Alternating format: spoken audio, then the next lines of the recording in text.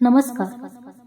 आजच्या पोस्टमध्ये आपण वैकुंठ चतुर्दशी व्रत कसे करावे आणि त्यामुळे आपणास पुण्यफल प्राप्ती होते याविषयी आपण या संदर्भात माहिती पाहूया.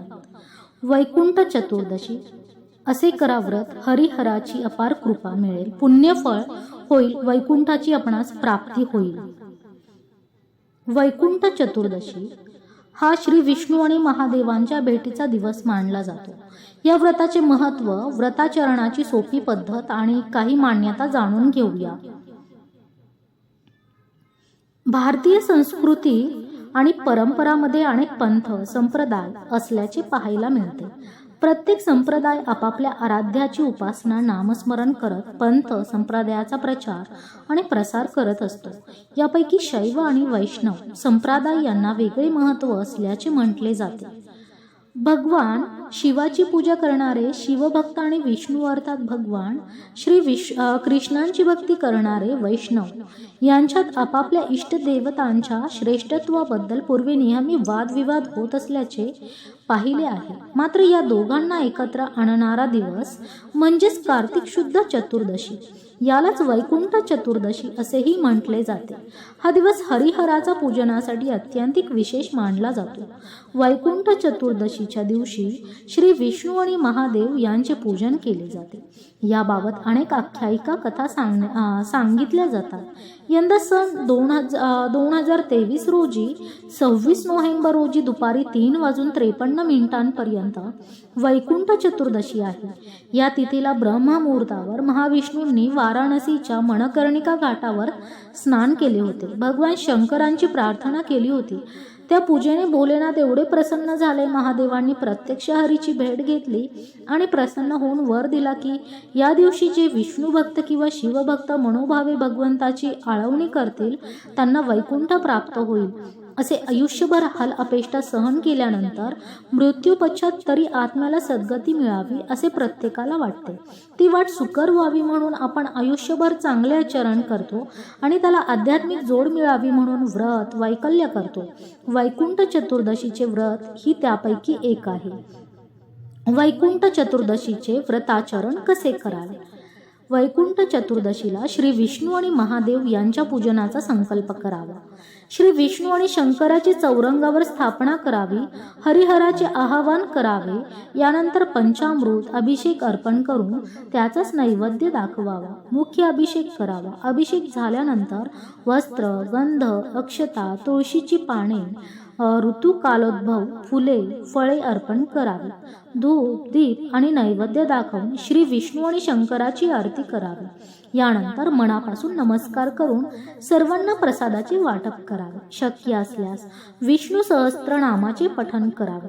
याशिवाय रुद्र शिवमहिमा स्तोत्र, शिवस्तुती यांचे पठण किंवा श्रवण करावे. यथाशक्ती ओम नमः शिवाय तसेच श्री विष्णूंच्या ओम नमो भगवते वासुदेवाय या मंत्राचा जप करावा. काही मान्यतांनुसार वैकुंठ चतुर्दशीच्या आदल्या रात्री श्री विष्णू तर दुसऱ्या दिवशी सकाळी महादेवाचे शंकराचे पूजन केले जाते. वैकुंठ चतुर्दशी म्हणजे हरिहराचा कृतज्ञता सोहळा.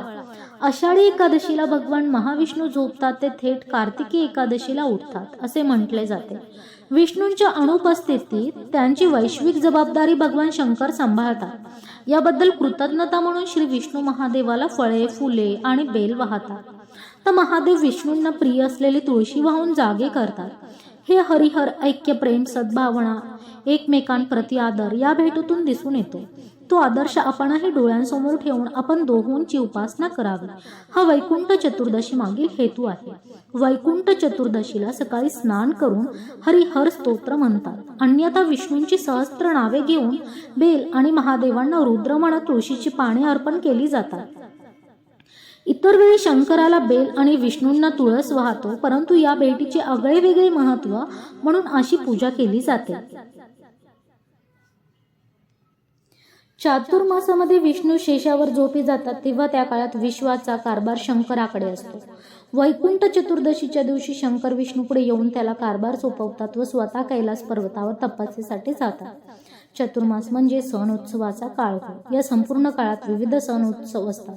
चातुर्मासातील कार्तिक मासात हर हरेश्वर भेट खूप हा महत्त्वाचा दिवस असतो. चातुर्मासात विष्णू शेषावर झोपी जातात तेव्हा त्या काळात विश्वाचा कारभार शंकराकडे असतो. वैकुंठ चतुर्दशीच्या दिवशी शंकर विष्णूकडे येऊन त्याला कारभार सोपवतात व कैलास पर्वतावर तपस्येसाठी जातात असे म्हटले जाते. या दिवशी हरिहर भेट म्हणजे विष्णू आणि शंकराची भेट होत असते. वैकुंठ चतुर्दशी त्रिपुरारी पौर्णिमेचा आधीचा दिवस म्हणजे कार्तिक चतुर्दशी. ही चतुर्दशी वैकुंठ चतुर्दशी म्हणून साजरी केली जाते. चातुर्मासामध्ये विष्णू शेषावर झोपत असल्याने त्या काळामध्ये विश्वाचा कारभार शंकराकडे असतो असे म्हणतात. वैकुंठ चतुर्दशीच्या दिवशी शंकर विष्णूकडे येऊन त्याला कारभार सोपवतात व स्वतः कैलास पर्वतावर तपस्येसाठी जातात. या दिवशी हरिहर भेट म्हणजे विष्णू आणि शंकरांची भेट होत असते असं मानलं जातं. या दिवशी चातुर्मासाची सांगता होते. या दिवशी रात्री शंकराची 1008 नावे घेऊन आणि विष्णू सहस्त्र नावे घेऊन बेल आणि तुळसी वाहून पूजा केली जाते. विविध मंदिरांमध्ये तसेच अनेक कुटुंबांमध्ये ही पूजा केली जाते. वैकुंठ चतुर्दशी कथा आणि महत्त्व आपण पाहूया. पौराणिक कथेनुसार एकदा भगवान विष्णू यांनी काशी येथे महादेवाला 1000 कमळ वाहण्याचा संकल्प केला होता. यावेळी महादेवाने विष्णूंची परीक्षा घेण्यासाठी या कमळातून एक कमळ कमी केले. यावर भगवान विष्णू यांनी आपले कमळासारखे डोळे अर्पण करण्याचा निर्धार केला. विष्णूंची ही भक्ती पाहून महादेव प्रसन्न झाले आणि त्यांनी विष्णूंना वर दिला की कार्तिक मासानंतर येणारी चतुर्दशी वैकुंठ चतुर्दशी म्हणून ओळखली जाईल. जो कोणी हे व्रत करील त्याला वैकुंठ प्राप्ती होईल. या दिवशी भगवान विष्णूंची पूजा केली जाते. विष्णूंना चंदन, फूल, दूध, दही या सर्वांनी आंघोळ घातली जाते आणि भगवान विष्णूंचा अभिषेक केला जातो. या दिवशी विष्णू नामस्मरण केले जाते. विष्णूला गोड नैवेद्य दाखवला जातो आणि त्यानंतर उपवास सोडला जातो. तसेच या दिवशी विष्णूसह शिवाची पूजा केल्याने सर्व पापांपासून आपणास मुक्ती मिळते असेही सांगितले आहे. तर अशा पद्धतीने आहे वैकुंठ चतुर्दशीचे महत्त्व आणि कथा. धन्यवाद. ओम शांती. शुभम भवतु. अवधूत चिंतन. श्री गुरुदेव दत्त.